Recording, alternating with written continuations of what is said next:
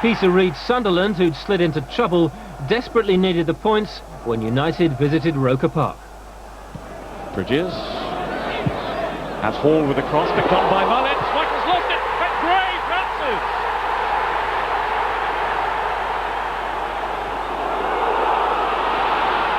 Through goes Mullins. It's two. It was United's first league defeat of '97. Two of their challengers, Liverpool and Newcastle, then met a week later at Anfield. Memories of their epic last season were still fresh in the minds. Could it happen again? Yes, it could. Fowler let it run on to McManaman. Fabulous goal! Through goes Fowler. Off the post, Berger.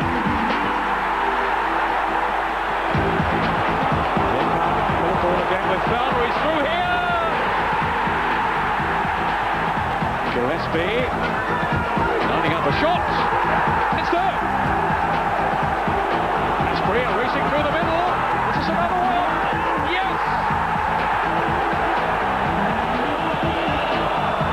Here's Shearer.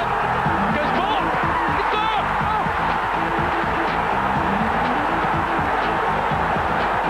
Here's Vialli. There's Fowler. Would you believe it? Across Stanley Park at Everton, things were again not going to plan. A promising start was followed by far too much inconsistency. And after a home defeat by Manchester United and a disagreement over transfer funds, Joe Royle resigned. In his first season, Royle won the FA Cup, but failed to build on it. Goalkeeper Neville Southall summed up the feeling. I wish he hadn't resigned. From personal level, I mean, he doesn't pick me all the time, but I mean, I still think he's a great fella, and I still think he's a good manager. And I think, to be fair, given enough time, he would have made Everton one of the greatest forces in Europe. It was a bad month as well for Middlesbrough. Fans sent protest letters to the FA, but the club's appeal against the three-point deduction was turned down. The consequences would reverberate right to the end of the season, and inevitably Brian Robson was feeling the strain. No more, okay? No more. There was more controversy on a cold, wet night at Highbury, when Arsenal badly needed to beat Liverpool to keep their title chances alive. Square ball! A good shot, surely Collymore now! Then came the most bizarre incident of the season. Robbie Fowler went down under the challenge of David Seaman. Fowler immediately indicated it wasn't a penalty. Referee Gerald Ashby disagreed and pointed to the spot. But afterwards Fowler maintained there had been no contact. He never touched me. I mean, I've sort of knocked the ball away from him, sort of tried to jump over him, and as I've jumped over him, I mean, I've lost my balance, and and from my reaction, I mean, I've got up straight away and went towards the way, but I mean, the refs pointed to the spot, and I've tried to say it wasn't a penalty, but he says he's temporarily deaf on it. The drama continued when Fowler stepped up to take the penalty. Seaman saved, but McAteer followed in to score a vital goal. Arsenal pulled one back, but realistically, their title hopes had gone. By the end of March, Manchester United had a 3-point lead. It seemed the title would be heading to either Old Trafford or Merseyside.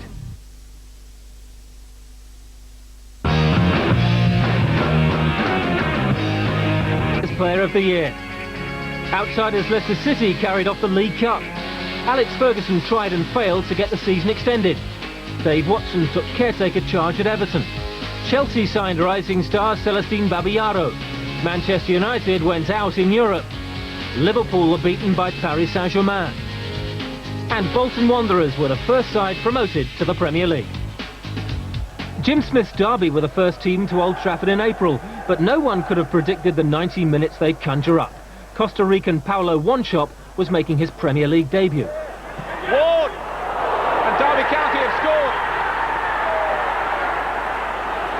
Wanchop. Oh, it's a leggy start, but what an effective start! What a goal! Here is Sturridge, and is it going to go in? Can he reach it? Against the post, the tap in for Dean Sturridge. The champions did manage two in reply, but the shock result went a long way to securing Derby's Premier League status. surely Liverpool would capitalise against Coventry. But their home form had been so troublesome, and it would let them down again. Noel Whelan equalised. Then a misjudgment by David James allowed Dion Dublin to score a last-minute winner. It wasn't the only mistake made by James in the run-in. He claimed playing computer games affected his concentration. Whatever the reason, it was costly. Coventry's win at Liverpool was hugely important for them. And Southampton were turning on their Houdini act as well. Victories at doomed Nottingham Forest and relegation rival Sunderland helped keep Southampton up and won Graham Souness the Manager of the Month award. Back at the top, Manchester United were forgetting all about Derby. They beat Blackburn Rovers 3-2, Eric Cantona scoring their third. Liverpool had to play Everton in the Merseyside derby. A 1-1 draw meant more points dropped, but worse was the dismissal of star striker Robbie Fowler. In a niggling match, Fowler was provoked into retaliating against Everton defender David Unsworth. Both players eventually saw red, and Fowler would be suspended for the last 3 games of the season. But his final match would be the most significant, against Manchester United at Anfield. A win for the champions would surely put them out of reach, but if Liverpool could win, they could seriously think about that first championship in 7 years. Here comes the Manchester United corner, and a goal by Gary Pallister.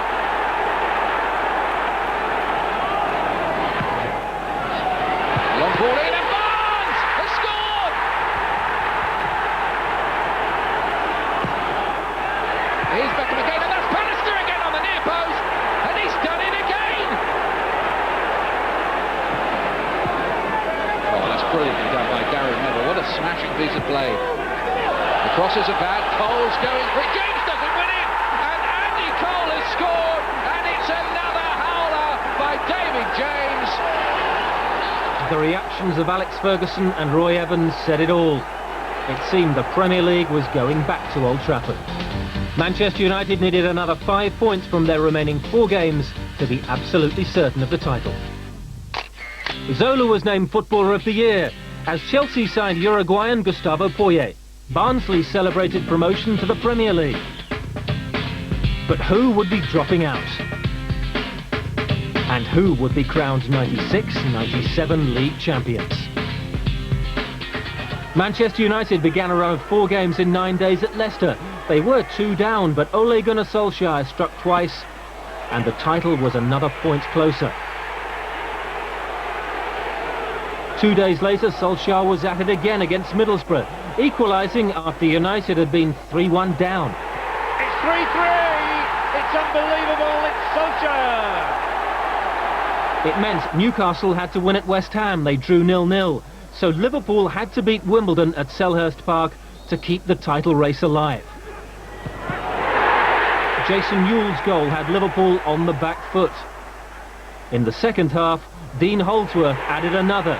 And although Liverpool pulled one back, it was not enough.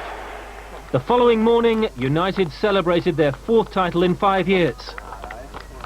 A few days later, Eric Cantona did the official honours, collecting the Premier League trophy. At the other end, Nottingham Forest were the first club to go down. It was a season of turmoil at the City Ground, and at the end, Stuart Pearce stood down as caretaker manager to allow Dave Bassett to take full charge. Middlesbrough, docked 3 points and missing Fabrizio Ravanelli for their final 2 games, couldn't muster the wins to save themselves. Like Manchester United, they played 4 games in 9 days, but not even the brilliant Brazilian Juninho could keep them up. Sunderland's Peter Reid was one manager who didn't splash out on foreign starts. On the final day, a win would have kept Sunderland in the Premier League, but they lost 1-0 at Wimbledon.